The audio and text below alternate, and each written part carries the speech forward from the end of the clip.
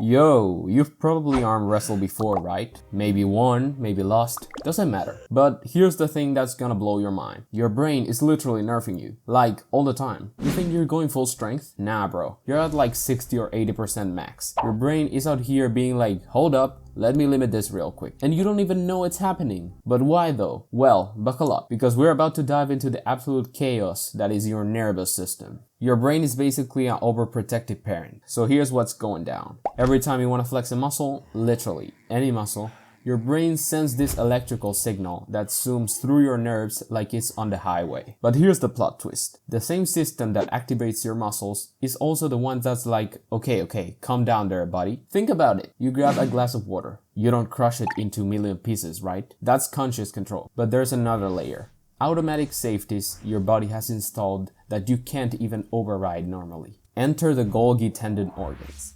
These little sensors are chilling in your tendons right now, measuring tension like tiny security guards. And when things start getting too spicy, when there's a risk of snapping a tendon, breaking a bone, or wrecking a joint, they slam the emergency brake. This is called autogenic inhibition, and it's literally your body saying, I'm gonna stop you right there. So yeah, even when you think that you're maxing out, you're not even close. And honestly, that's a feature, not a bug. Because if you actually used 100% of your strength without that limiter, you'd have like 99% chance of destroying yourself.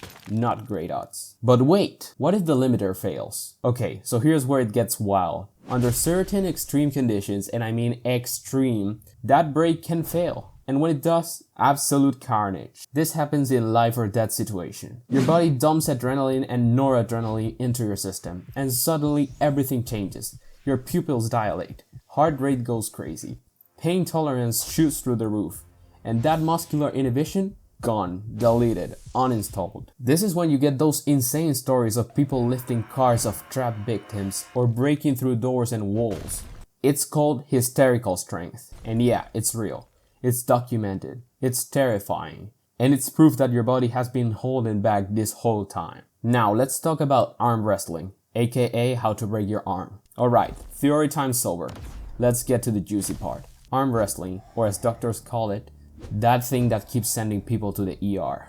Biomechanically speaking, arm wrestling is a nightmare. You're combining elbow flexion, forearm supination, and shoulder rotation all at once. And when you crank up the intensity without proper technique, your humerus, that long bone connecting your shoulder to your elbow, starts rotating on its own axis. Push too hard and spiral fracture of the humerus. It's so common in arm wrestling that it literally has its own name among orthopedic surgeons. But wait, there's more. You could also tear your bicep tendon from excessive contraction, dislocate your shoulder if the force distribution is off, compress your radial nerve, hello temporary hand paralysis, rip muscles from extreme tension, especially if you've never trained for this. All because for 1 second your body released more power than it could handle. So why doesn't this happen all the time? Great question. The answer goes back to your nervous system doing its job. That safety system is always running in the background. But if you're super stressed, jacked up on stimulants, or in an extreme emotional state, that brake can fail. And when it does, all that's left is raw force and consequences. The bottom line. Look, I think about it like this. Your body is like a race car with an absolutely insane engine. But that engine comes with a speed limiter. Not to make you slow, but to keep you from exploding. You can remove it. You can go faster. You can use all your strength. But without brakes, you're gonna fly off the track. So next time you're arm wrestling, maybe don't try to unlock your hysterical strength. Your humerus will thank you. So yeah, arm wrestling is way more dangerous than you thought. If you've got any injury stories, drop them in the comments. I wanna hear the damage. Hit like, subscribe for more wild science breakdowns, and maybe think twice before your next arm wrestle. Peace.